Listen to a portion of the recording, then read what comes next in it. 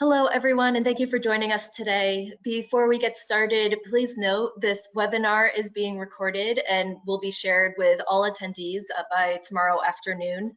During the webinar, please feel free to submit questions at any time for our panelists through the questions box. We'll try to get to as many of them as possible by the end of the hour. And now I'll turn it over to our moderator, Kelvin Coleman. Thank you so very much, Jen. Great to be with you all today, and thank you for joining us, taking time out of your day to be with us. But I can tell you, you're going to learn a lot today. I'm so excited to have both Eric and Dave with us, and you're going to meet them in a minute here. But partnering with our close friends at Sunry, which, by the way, is Irish Gaelic for data. Just learned that. So in case, you're on Jeopardy one day, you know what Sunry means. But our friends at Sunry and the National Cybersecurity Alliance, really thrilled to have this seminar today, this webinar, talking about non-people identities, the new battleground in cloud security. Now, as Jen said, we encourage you to ask questions throughout our webinar. We don't have a time at the very end. Well, I think we do have a time at the very end for you to ask questions, but please don't wait till then. And if you have a comment where you disagree with us or see a different side of it, please submit that as well. We will make sure to read those things in real time to make it a very dynamic conversation. For Eric, Dave, and I, we want this to be the most non-scripted webinar you attend all week. All right. And with that, I will now introduce both Eric and Dave. Eric, let's start with you, my friend. Please tell everyone a little bit about yourself. Well, hello, everybody. My name is Eric Kodrowski. I'm the Director of Cloud Research here at Sunry, as well as the CISO. Security is my background. I've been doing it almost 20 years. Came up through the SecOps side of things and have been, in enterprise and now on the other side, trying to help customers out. This is a very exciting space, and I hope you get a lot out of it today. And of course, you heard Eric. He said helping customers out. He's in Canada right now, so a little different pronunciation there. Dave, let's go to you. Awesome. Hey, thanks everybody, and thanks for attending. Super excited to be here with Kelvin and Eric. My name's Dave Shackford. I've been in the space pretty much the same amount of time as Eric, so lots of varied hats I've worn, a lot of infrastructure and security ops. But today I wear the hat of CEO of Voodoo Security. So we're a consulting firm. I also teach for the SANS Institute. Still wear a lot of hats, but all predominantly focused around cloud security these days. So again, super excited to be here. Eric, Dave, we're going to jump right in. Well, we're going to talk about what we're going to learn today, some things that we're going to be looking over, and non-people identities. I cannot wait to get into that as you're going to explain that for us. And certainly, with everything, there are some challenges, right? With anything that we do, double-edged sword, two sides of the same coin, all those things. Best practices, we'll get into that as well. And probably most importantly for our audience, steps you can take today, right? Very solution-oriented. Strategies you can take today for continuous protection, because we are in a continuously connected society where identities are all over the place. It used to be pretty straightforward where your identity was and who had it and what they were doing with it. Not so today. So with Eric and Dave, we're going to talk a little bit more about that. And just so the audience know, I have really gotten into volleyball over the last several years. My niece is a collegiate volleyball player. So I've learned about the position of the libero. That's the person who sets up the spikers to score. That's my role today. I'm going to set up Eric, I'm going to set up Dave, so that they can really give you the information that you need to, again, put in those solutions. And with that, Eric, we're going to jump right in, man. I think just for people to understand and know what we're talking about today, what do we mean when we say non-people identities? Yeah, I mean, if I had $1 for every time I was asked this question in a day, I probably wouldn't have to work anymore. But it's a great question, and it really frames a whole nuance shift in moving from the data center into the cloud. Once upon a time we had these things called identities, and they were people. There was a Kelvin, there was an Eric, there was a Dave, and they belonged in a group, and that's really how you manage them. Once in a while you might have a service account, but that was just an identity that we just a special one that we handled the same way. Well, along came the cloud, and there's this notion of, non-people identities, and they can take the form of various different things that certainly aren't users. I mean, first and foremost, they can be compute processes, virtual machines, EC2 instances in AWS. They can be serverless functions. They all take the role of identity. Traditionally, they still can be these shared accounts or these service accounts or these technical accounts that are in the cloud IAM models. It can be your automation processes. It can be your deployment roles. It can be your infrastructure as code. It could be things like bots and automation that run in your environment to fix things or break things or whatever you want them to do. And last but not least, it can be the cloud services themselves. Each one of those can be a non-people identity.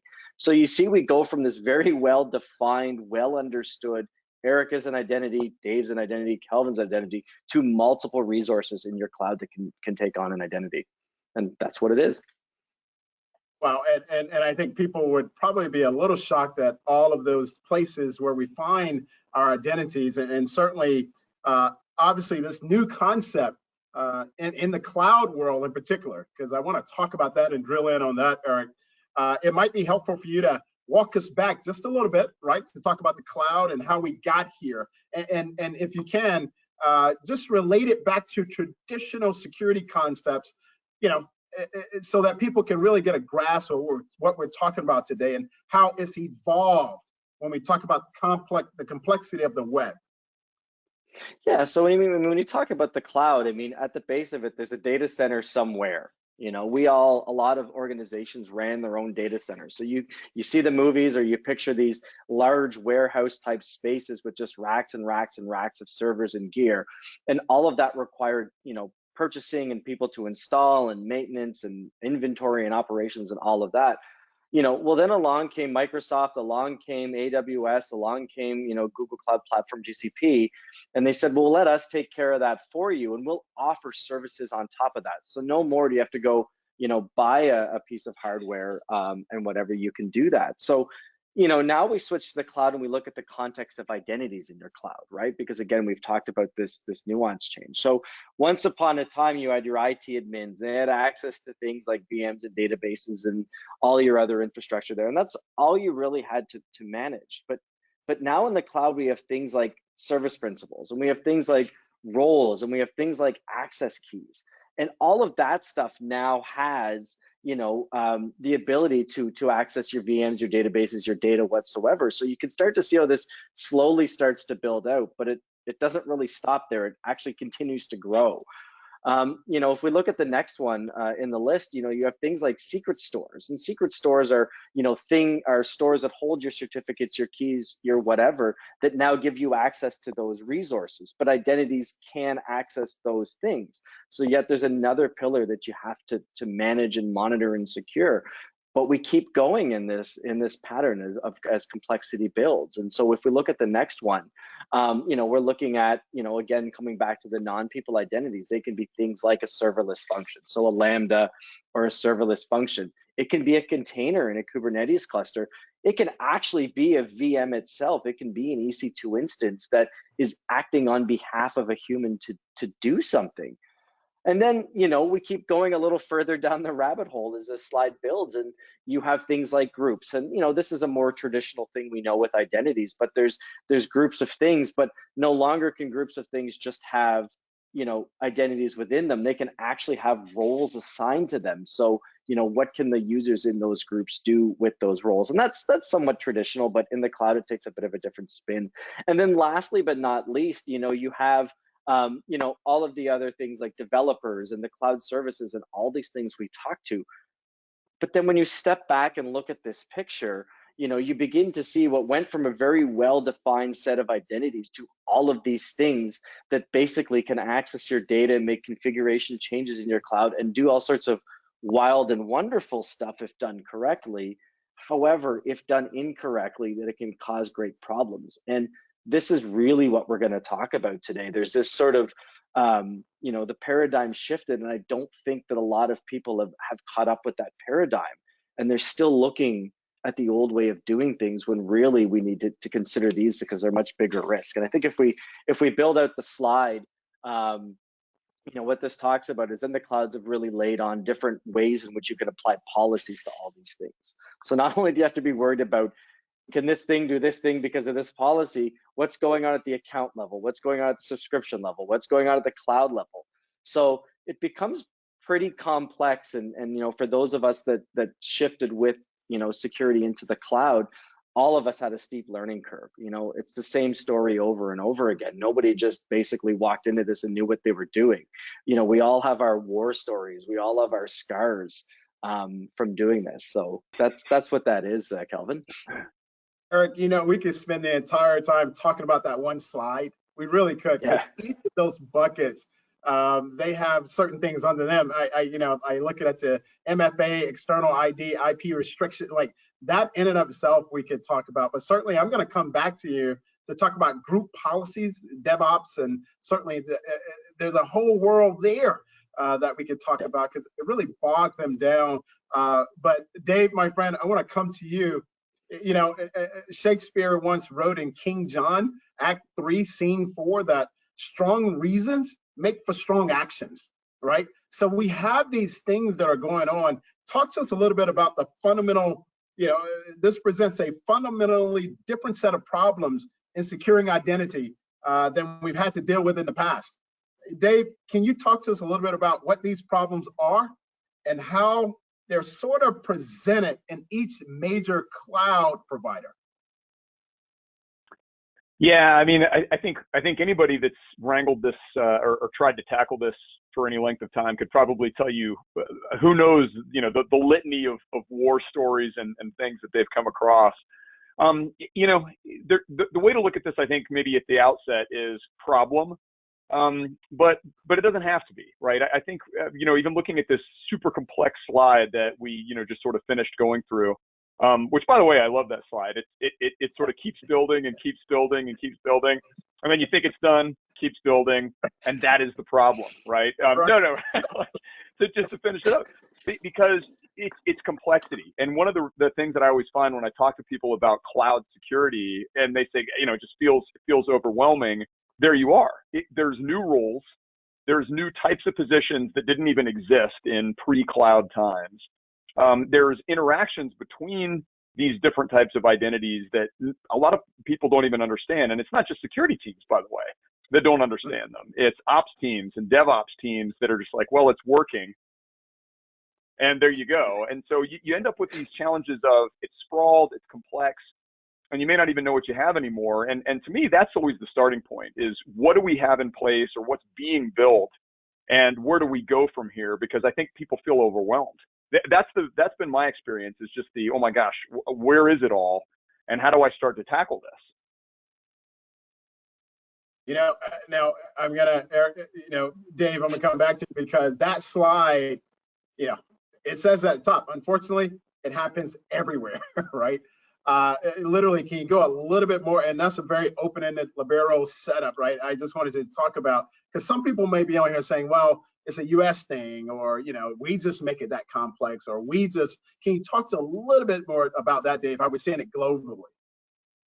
Yeah, well, I mean, so certainly I think there's a couple factors. Number one, so I do work all over the place with different companies that are based, name a place, right, for the most part.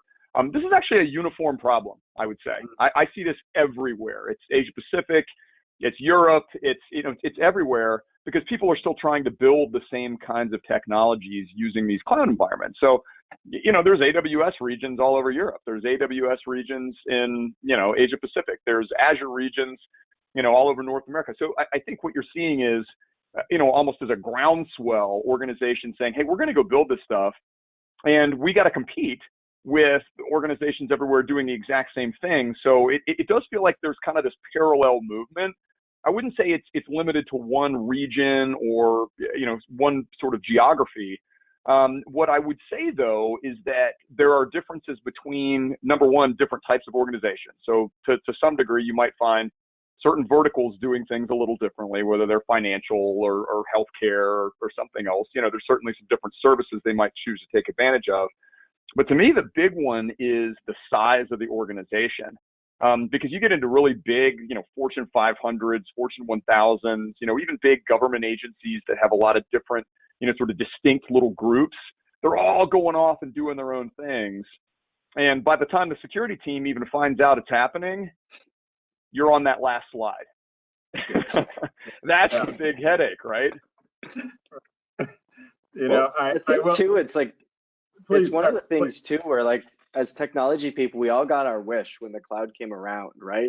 The story I like to tell is I was running an IT organization for a company out of the US, and we had this huge deployment of this application that was costing us tens of millions of dollars a year to run in a data center. And one of the smart people on my team came up to me and said, the whole, hey boss, if we move to the cloud, we can save 90% of the cost immediately. I mean, my boss was the CFO at the company. Like I joke, I've never seen a CFO say yes to a technical decision so quickly. And it was completely the right decision. So we all got our wish. We all got the ability to move to the cloud. However, what we all soon quickly realized was that this is a whole new world. So we're now working in it because we just saved tens of millions of dollars a year. However, we don't really know what we're doing. And, for anybody of you out there that's feeling that way, welcome, right? It's not you. This is part of the journey. So don't feel bad. We've all made the mistakes and we've all done that, but that's what happened. So what you're seeing now is you're seeing all these organizations trying to catch up. However, in that, mistakes are made. And, the baseline of this slide is what it's all about. Misconfigurations are made. And this is why you see it all over the place. It isn't the company that's doing it. It's how we've all collectively approached this that's causing these problems.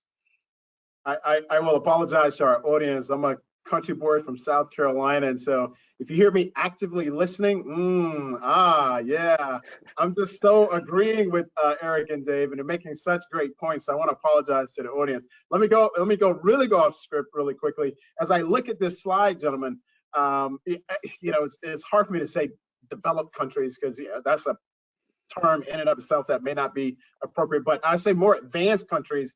I'm seeing in the risk here that we're, at least examples we gave, do we not see more, at least on our slide, examples of issues happening everywhere because the cloud has not been built out in these other places? Does that make sense?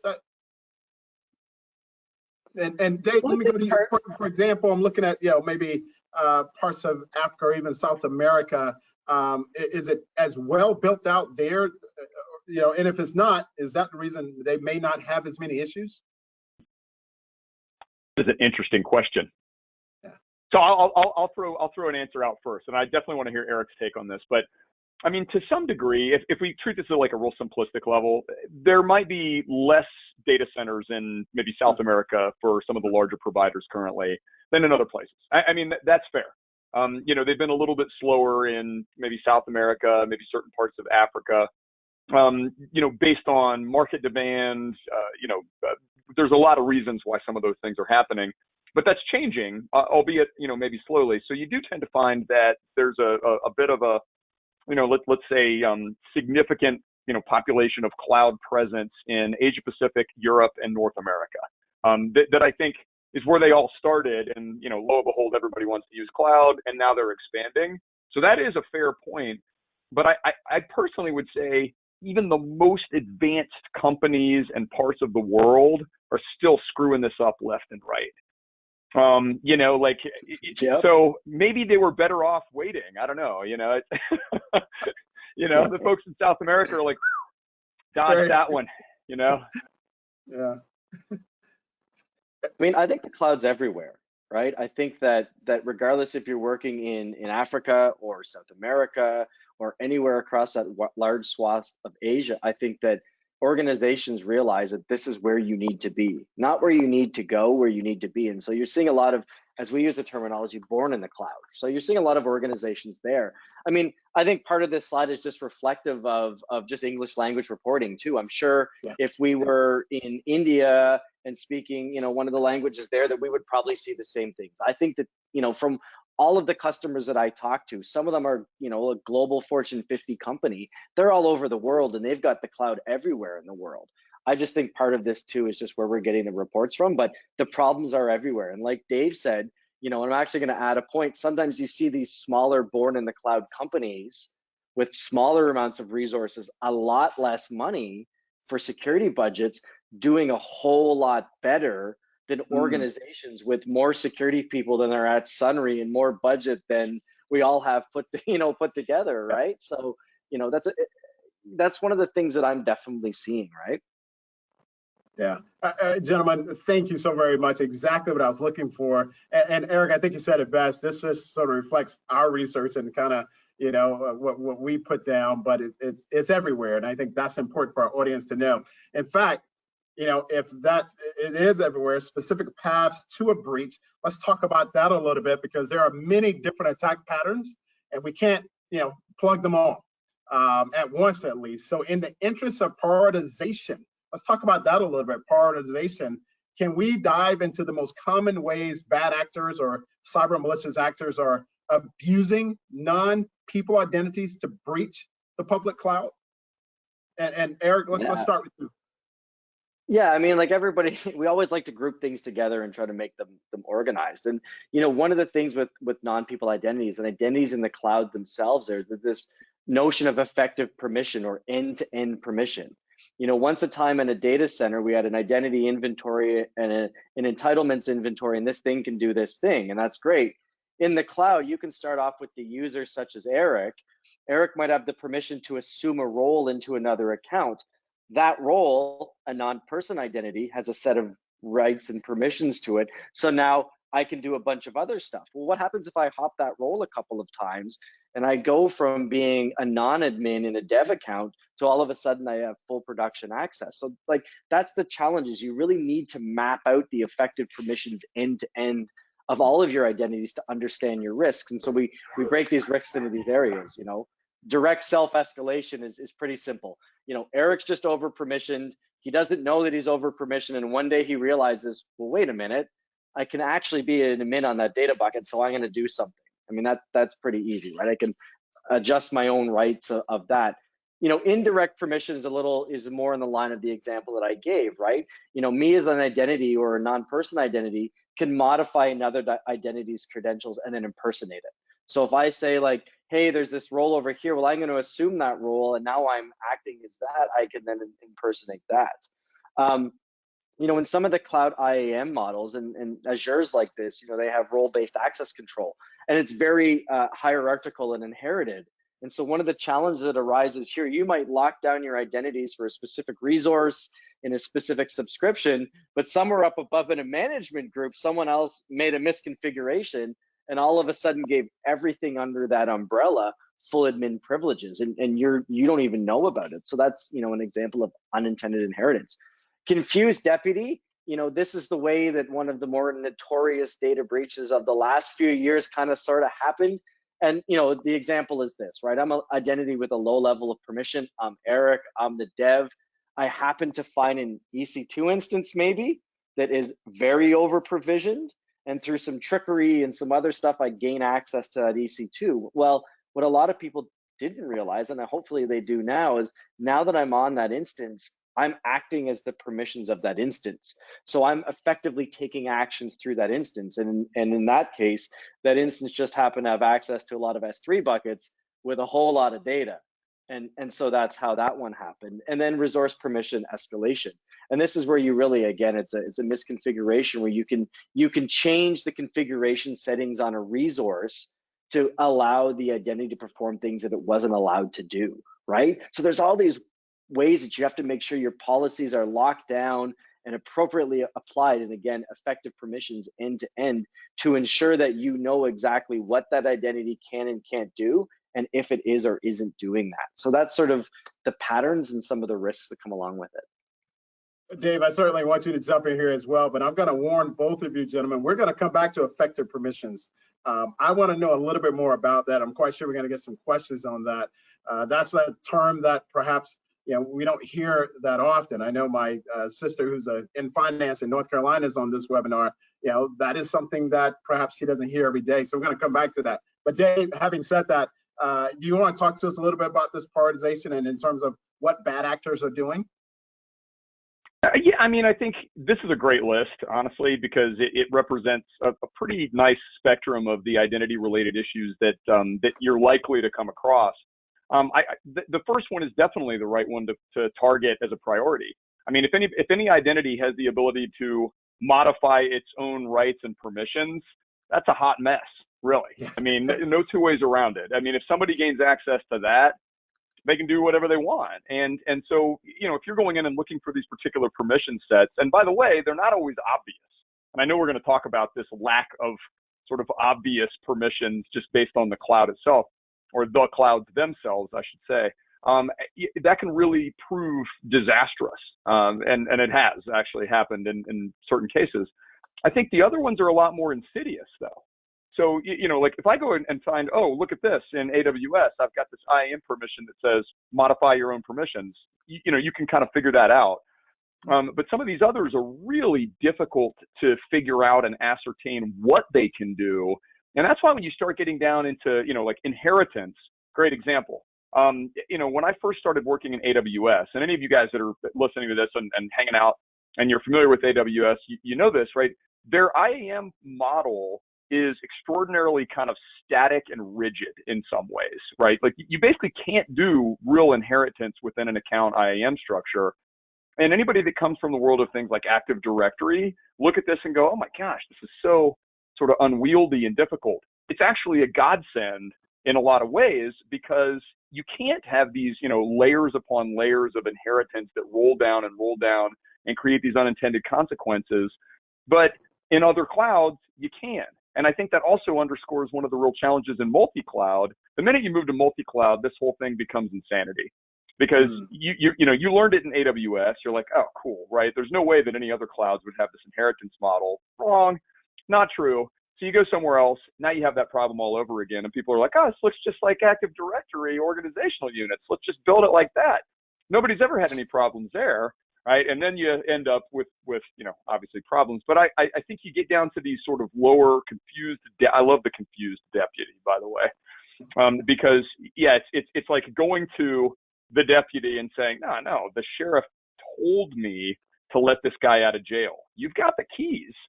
You know, you got to let him out now. And it's like, you know, who's going to stop you from doing those things? To me, this entire slide in this list of you know, sort of issues altogether, what it tells me is the interrelation of objects and assets and services and identities in the cloud. You can have this sort of mesh of all of these in one environment and not even have a clue how it's all working or not. And you know, it's just so easy to find these types of issues coming up. So I agree with them. Like I said, the first one, I'm like, well, it's obvious when you know what to look for. But none of these are necessarily easy, especially in big environments, to figure out what's going on. Yeah. Oh, Eric, go ahead. Sorry. No, I was just I'm shaking my head, violently agreeing with Dave on this one. Right? This is it. This is the nature of the beast right here. Is you know, Dave said it. I think how many times did he say complex there? I don't think I was counting, but it was a bunch of times. Right? This is the challenge, right? Well, if your other slide that built upon these other things didn't prove it, yeah, I think what Dave said is really great. And I will note, I you know, pre-COVID, during COVID, moderated a lot of these panels, great panels. I will say, probably the first time I heard hot mess. So thank you, Dave, for putting that technical term in the conversation here. So, you know, I think about you know, Willie Sutton. You know, infamous bank robber, early 1900s America. You know, they, you know, finally caught him and said, well, you know, why do you rob banks? And he said, well, that's where the money happens to be, right? And so these bad actors, you know, they're following and attacking the cloud and, you know, attacking our process and attacking people for a reason. That's why we need to talk about solutions here for a second, gentlemen. You know, you're telling us it's a problem.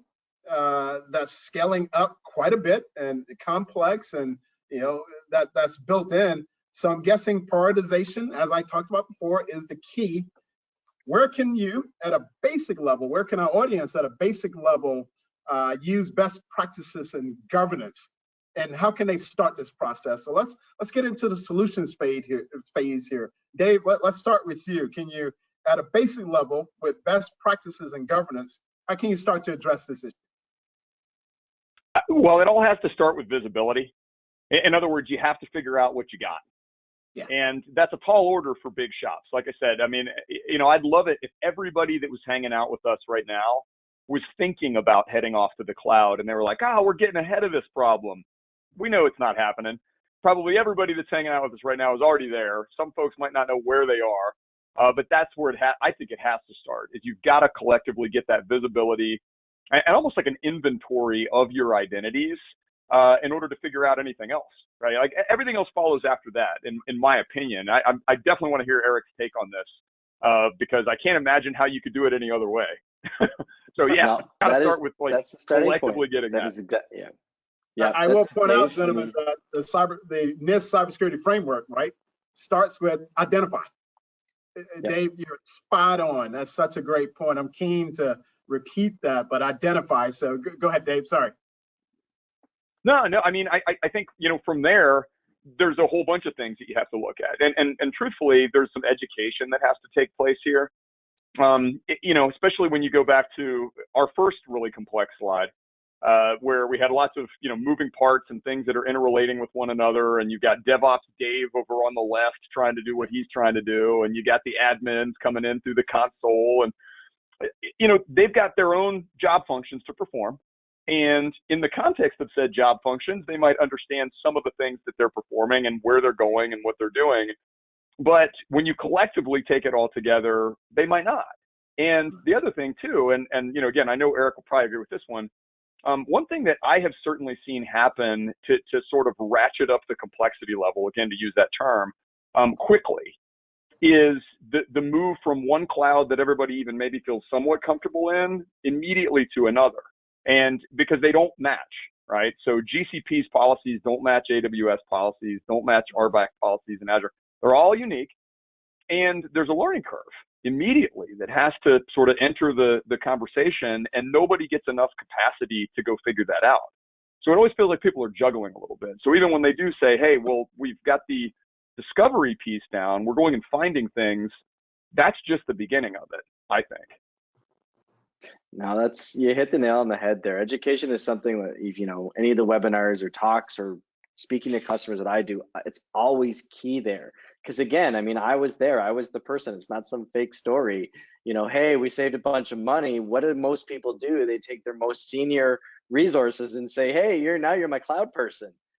Well, just because they were really smart in the data center doesn't mean they understand the cloud. Now, your really smart person is probably going to get up to speed quickly and do a good job. However, there's still a gap. And so a lot of organizations don't do the appropriate training to do that. And then you flip it to old DevOps Dave over there. A lot of times you take there's two words in DevOps, development and operations.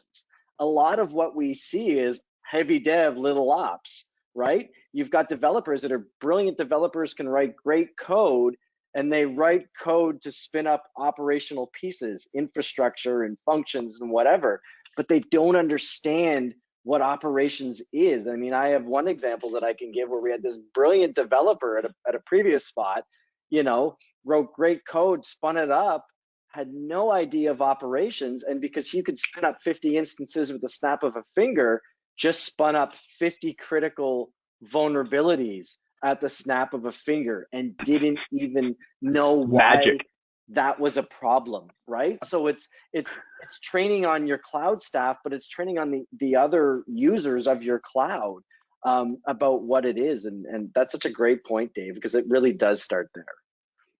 Absolutely. I'm going to really quickly, let's go through this slide to just some definitions here. Dormant identities. What do you mean by that?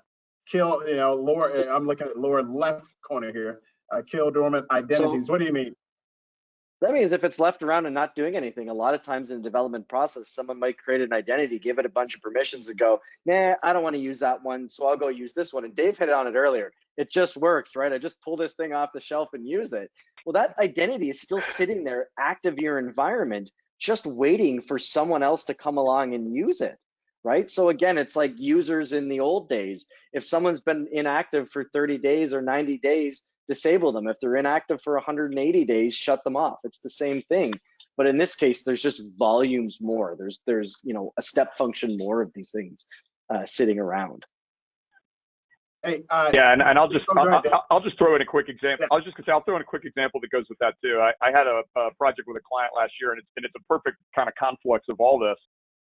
They were pretty good in AWS, but they did an acquisition. They bought this small firm, technology firm, and they had built this massive scale big data solution in GCP, which is pretty common. And these guys had no idea what to do, and so they said, "Hey, can you go take a look at this thing for us? Because we don't even know what we're looking at."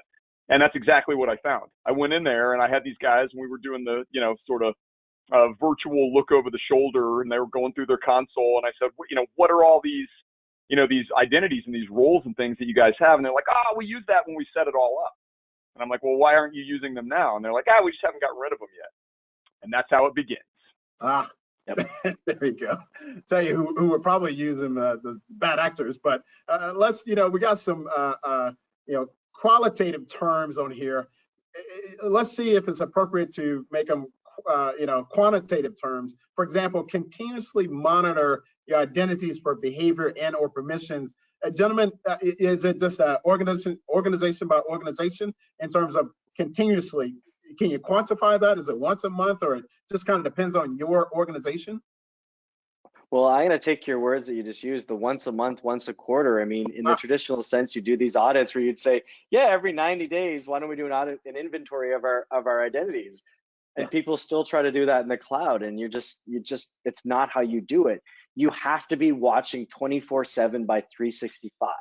You know, as Dave said, you have to establish your inventory of identities. And then back to this effective permissions, you have to map out what the effective permissions are, the end-to-end permission of that identity.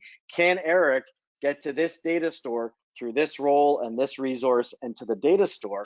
And then once you solve all that, you baseline it. But again, merging it with the slide, the continuous monitor, least privilege, sorry. It's like it's not about getting to least privilege anymore. It's about maintaining least privilege. And as soon as something goes offside, as soon as identity's permission changes from your baseline, as soon as an identity touches a resource that it hasn't touched before, you need to be notified.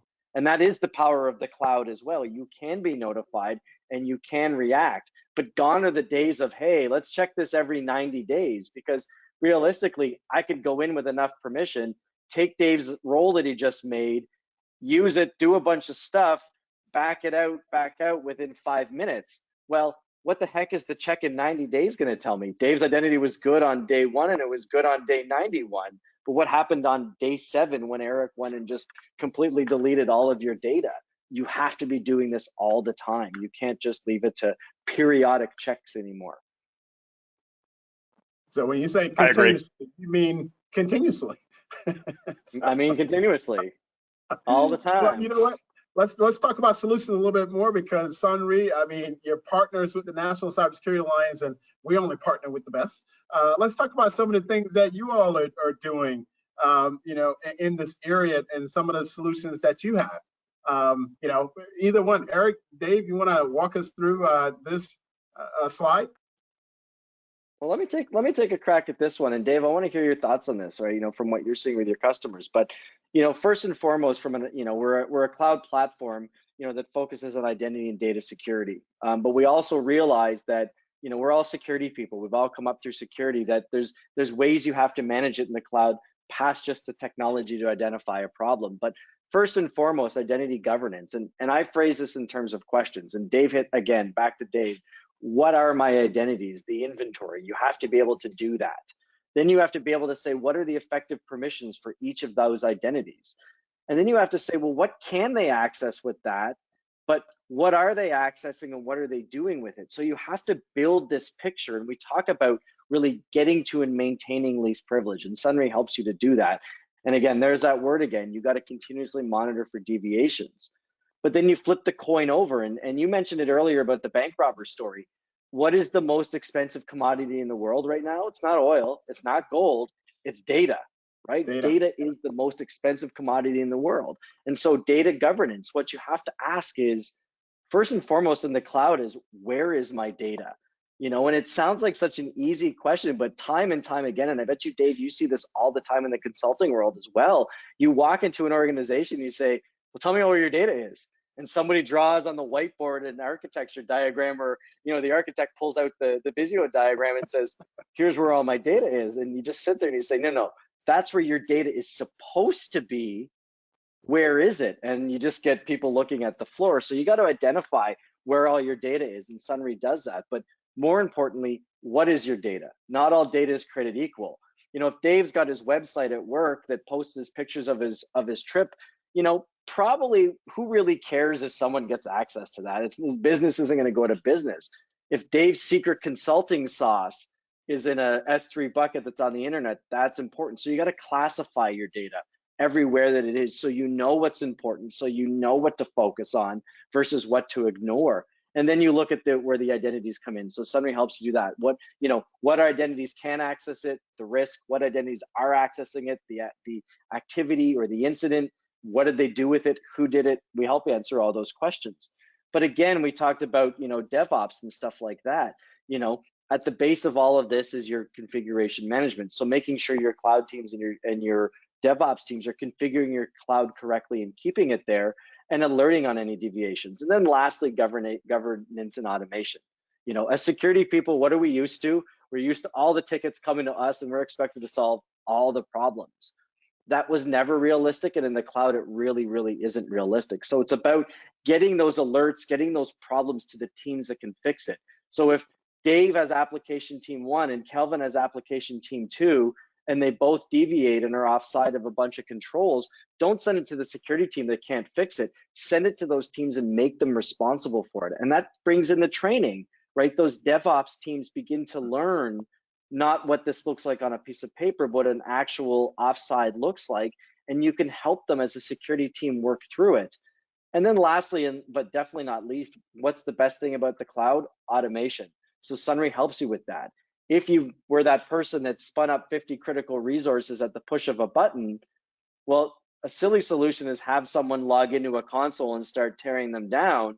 You want the opposite code to go in and do it themselves. So that's really what Sunry helps you with, is solve your problems at the scale and the speed of the cloud as well. So, you know, Dave, you know, like, I'd love to hear what you think about all this. Well, and before you jump in, Dave, let me apologize to the audience and to you. Obviously, Eric, that slide is yours. Dave, as the founder and chief consultant at Voodoo, you know, you may have a little different process there, but jump in, Dave, please. No, by all means. You know, look, I'm pretty familiar with the leading providers in the space, and I would agree with this approach 100%, right? I mean, you know, certainly data is a problem, identities are a problem, but only if you let them be problems. And actually, the way, Eric, you described this a minute ago, I really liked. You know, looking at the cloud as a problem, it's also the solution. It's a software-defined infrastructure that you can leverage programmatic means to accomplish whatever you want to do, whether for terrible outcomes or for really beneficial ones. And so the thing to do is make sure you understand how you can take advantage of the cloud to, you know, number one, discover all these types of things that might be going on. But number two, to build those kind of guardrails and that enforcement mechanism in the background so that you do have, you know, sort of eyes on everything that's going on all the time. And hopefully you can say, hey, look, here's our policy. You know, thou shalt not spin up services that look like this, or, you know, assets that have these permissions or what have you, but you're not going in, you know, individually to the point. You're certainly not going in on a 90-day, you know, occasional audit basis, like, dust off the clipboard, time to go check on these guys, right? Sort of deal. No, it's got to go all the time, but the cloud facilitates that. So I think, yeah, number one, figuring out where your data is. I laugh about that one, actually. You know, like, where's the data? You know, if you tell me, you know, you're either lying or misinformed, right? So that's how I usually look at those. Yeah, you know. So I'm like, okay, let's start with that, but let's work on the premise that we're going to figure it out together. But once you figure out, hey, this is where things are supposed to be, and these are the permissions and policies and assets and so forth that's supposed to go along with this, then you have something to work from. So I think this is a great framework, honestly, but it is all wrapped up in automation and orchestration for sure. Yeah, absolutely. Incredible, guys. Really, really appreciate that. You know, we have a little bit more time for some questions here. Again, to the audience, if you have any questions, please send them to us. More than happy to answer them. But offer to get a security assessment. Before I ask some questions here, what's that all about? Yeah, just hop over to sunrysecurity.com. We offer the ability for anybody that wants to, we can give an assessment of their cloud. Of course, we're not going to assess the cloud of 5,000 accounts, but we will, we'll look at your cloud and give you a very good assessment of where we think the problems are. And as Dave said, it's about starting to scratch the surface, and that's what that does. You begin to understand where your problems are, and then you begin to start solving them. Because I think a lot of customers that I talk to, and I'm sure Dave, you'd agree with me here, is that sometimes they just don't know where to start. It all seems so very overwhelming. In some cases, you just start with that single account or that single application, and you work your processes out and start to figure stuff out. And in time, you've built up a cloud security operational model that's effective, that you can then spread out across your cloud or your clouds or your organizations or whatever you have. Awesome. Thanks a lot. I told the people we'd, give them something, leave them with something to take home, and certainly that is great. So really appreciate it. I told you guys I would come back to this effective permissions term. Please dive into that a little bit more. You scratched the surface a bit, but effective permissions, what is that all about? Well, another way to describe it is the end-to-end permission. And the best way I do this is I'll use the example of old Devops Dave over there, right? Devops Dave is a new guy, and he's just hired onto our DevOps team, and he's given very little permissions. However, DevOps Dave can assume a role into another account. Okay, so now DevOps Dave has a new set of permissions. So now his effective permissions are starting to grow. Not only what he had over here is what he has over here. But what happens if there's a misconfiguration there that lets DevOps Dave assume a role into a production account? Well, now Dave's permissions are this one, his original one, plus all the other ones is inherited. And as you can see, this can map out into very large, and in Sunray, we do this visually, we actually graph it, large complex chains, where at the end of the day, little old DevOps Dave has IAM star or star.star or, owner permission in an Azure tenant or something. And you're like, and a lot of organizations are blind to this because they only look in the first degree. Oh, Dave's in this group and that group is okay, and yeah, he can assume a role, and they don't look past that. And so effective permissions is really looking end to end at what the permissions are. But when we talk about continuous monitoring, those permissions can be changing too. Someone makes a misconfiguration down the chain or in an RBAC model at a higher level, all of a sudden, maybe DevOps Dave wasn't ever allowed to do something, and someone made a change down the chain or up in a tree, and all of a sudden his effective permissions have changed. And that's really what that is. And that's why it's so important to not only know what they are in the cloud, but to monitor for changes in them. Eric, thank you so very much. I know you talked about that earlier, but always worth just coming back to, because again, not a term that we're familiar with. Dave, let me come to you. We talked about non-people identities, but it's broad and includes a lot of compute, right? DevOps Dave and the team, they feel like following this will just bury them in tickets. How do you get around that? Well, honestly, as DevOps Dave, I feel like the security team is keeping me down. So I'm going to be looking for ways to get around it. Oh, I'm kidding, right? That's a joke. But in all seriousness, it's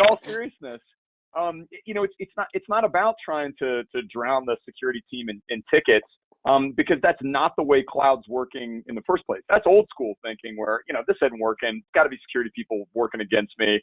Yeah, let's open a ticket. Let's, do this or whatever. Or it's alerts that are coming in that I got to wade through that 90% of them don't mean anything. Those are classic security ops issues that, to some degree, some of those things might still happen just because you go to cloud. But the way I look at this, and certainly piggybacking on that effective permissions explanation that Eric just gave, I look at the attack models of sort of the industry today. You look at things like MITRE ATT&CK, and there are others, but I think that's kind of the one a lot of people are focusing on these days.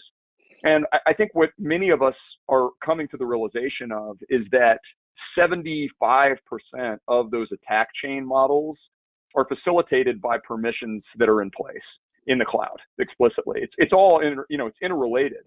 So to the point, DevOps Dave, that first hop, yeah, I can go in and make some change to, some of my build platforms, or, hey, I can modify a container image that we're going to be using.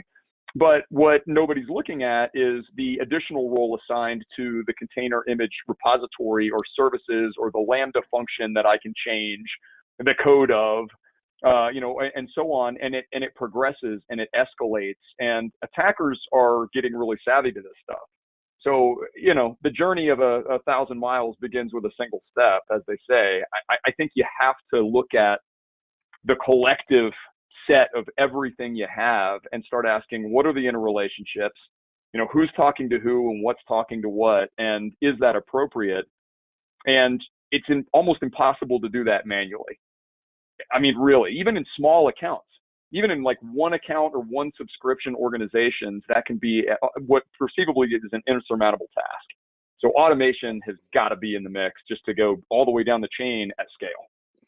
Absolutely. Absolutely. Couldn't agree more, Dave. And the questions are coming in here. A question from the audience, are external entities such as banks considered MPEs? I've heard a lot about entity proofing for this type of organization, but it seems to be a separate topic from NPEs in this context. Any thoughts? Either one of you? Well, I think NP, I'm assuming it's non-person identity here, but external connections coming in again. You look in some of these clouds, you have these users that exist within the cloud IAM model, but a lot of them you can wire up to, you can federate with different things. So, at the end of the day, no matter where the identity is coming from, whether natively in your cloud or whether from a federated thing, it's still an identity and you have to treat it that way. You talked about cross-cloud as well, Dave. I mean, you don't, a lot of times when people are using multi-clouds, they're not siloed. A lot of these clouds cross-talk. So you have, identities coming in from other clouds. So again, most of the identities you're going to see these days are going to be non-person identities versus person identities.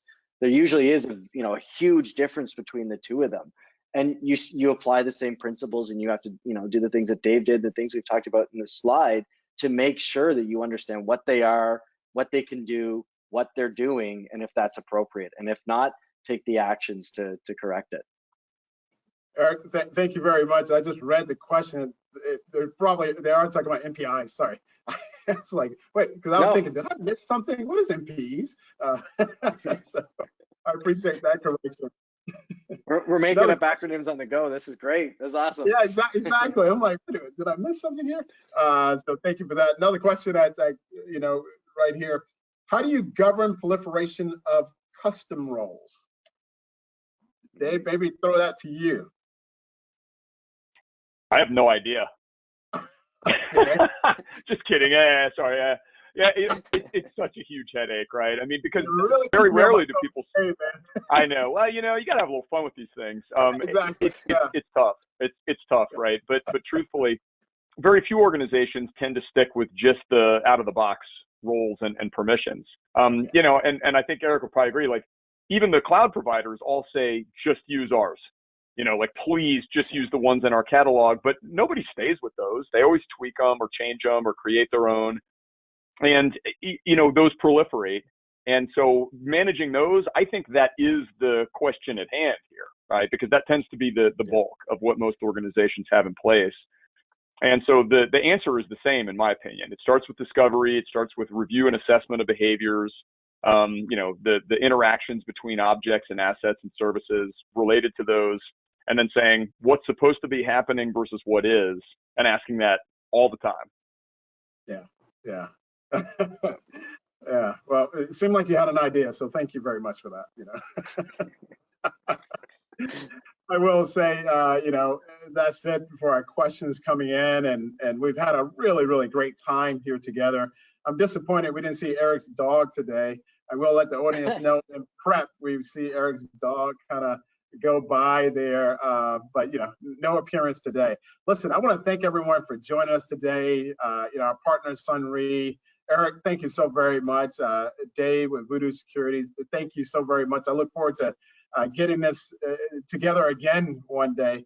particularly in October, which is going to be here sooner than we think, for Cybersecurity Awareness Month. So we ask everyone to be aware of that. If they want more information, certainly you can go to our website at National Cybersecurity Alliance at StaySafeOnline.org. You can find us on Twitter, Facebook, LinkedIn, all those places. Eric, give you a moment here. Where can they find more information on Sunry? Go to sunrysecurity.com, check out our product. We have a large resource of blogs. A lot of these examples that I've used today, we have in our blog. So have a chance to read those. If you have questions, submit them there. That's the best place to go.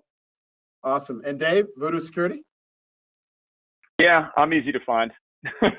So yeah, I think I'm the only Voodoo Security out there. So yeah, Google is your friend. But yeah, Right. VoodooSec.com. Awesome. Thanks a lot. Gentlemen, again, thanks so very much to our audience. Thank you for being with us today. We certainly hope you, gained a lot from what we've talked about. Certainly I have, in terms of just learning new things. So really appreciate you. Have a great day, and we'll see you again soon.